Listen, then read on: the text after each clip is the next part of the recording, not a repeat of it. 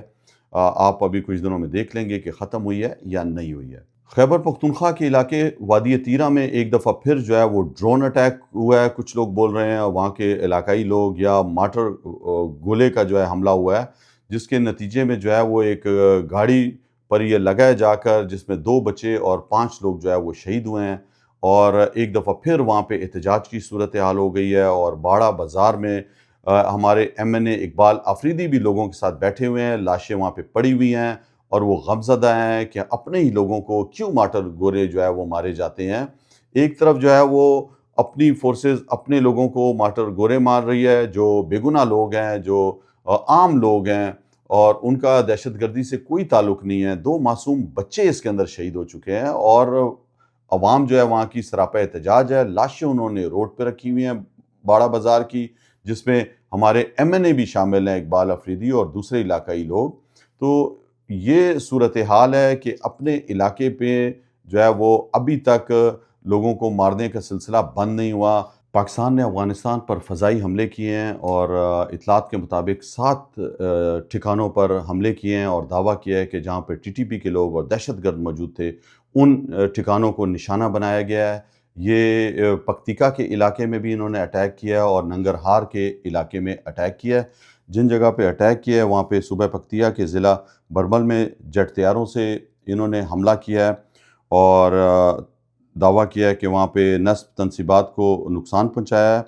اس کے علاوہ ننگرہار کے ضلع خوگیانی میں بھی فضائی حملہ انہوں نے کیا ہے، جہاں پہ ان کا دعویٰ ہے کہ تربیتی مراکز اور ٹھکانوں کو نشانہ بنایا ہے۔ اس کے علاوہ انہوں نے افغانستان کے مرغہ علاقے میں واقع بنوسی مدرسہ میں جو ہے وہاں پہ بھی دھماکہ ہوا ہے، وہاں پہ بھی سنا ہے کہ 10 افراد جو ہے وہ جان بحق ہوئے ہیں اور کئی شدید زخمی ہوئے ہیں، اور افغانستان کی طرف سے جو ہے وہ اس کا جوابی بیان آیا ہے،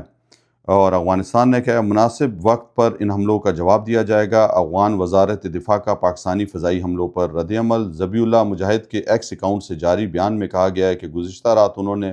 صوبہ ننگرہار اور پکتیکا میں ہمارے بے گناہ شہریوں پر بمباری کی، جس کے نتیجے میں خواتین اور بچوں سمیت درجنوں افراد ہلاک اور زخمی ہو گئے۔ دیکھیں افغانستان جو ہے آپ کو پتہ ہے معاشی طور پر کمزور ہے، اور ایک 40 سال کے عرصے سے وہاں پر جو ہے وہ جنگ زدہ علاقہ رہا ہے۔ پہلے جو ہے وہ رشیا کے ساتھ وہاں پر جنگ ہوئی، آپ کو پتہ ہے رشیا حملہ آور ہوا، اس کے بعد امریکہ حملہ آور ہوا، اور پاکستان نے کلیدی کردار ادا کیا ہے افغانستان کی جنگوں میں، اور پاکستان کو افغانستان کی صورتحال کا پتہ ہے۔ افغانستان سے بھی لاکھوں کی تعداد میں جو ہے وہ مہاجر ہو کے آئے تھے، اور وہ یہاں پہ پاکستان میں کام کر رہے تھے۔ جب سے رجیم چینج آپریشن کے بعد ہماری حکومت ختم ہوئی ہے، تو افغان پالیسی جو ہے وہ پر یو ٹرن لیا ہے پاکستان نے، اور جنرل عاصم منیر نے جو ہے وہ سب سے پہلے افغان جو پناہ گزین پاکستان میں رہتے تھے، جو مہاجر رہتے تھے، ان کو نکالنے کی جو ہے وہ سلسلہ شروع کیا، اور زبردستی ان کو جو ہے سردی کے موسم میں بھی پاکستان سے دھکیلا۔ وہ بیچارے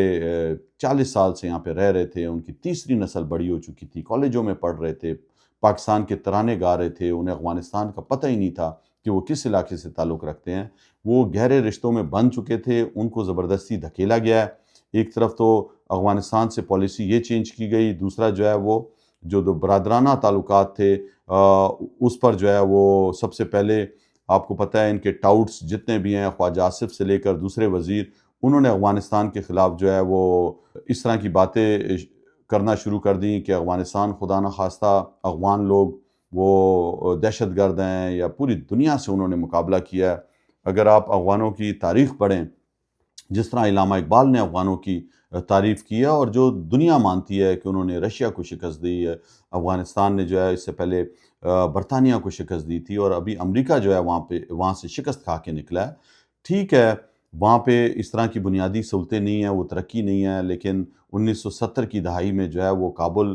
جدید ترین شہروں میں شمار ہوتا تھا، اور پاکستان سے لوگ بلکہ کابل دیکھنے جایا کرتے تھے۔ لیکن جنگی حالات نے ان کو یہاں تک پہنچا دیا ہے کہ آج وہاں پہ اگر انفراسٹرکچر موجود نہیں ہے، لیکن وہاں پہ آج بھی جو ہے ان کی کرنسی ہم سے زیادہ اسٹرانگ ہو چکی ہے۔ یہ سوچنے کی بات ہے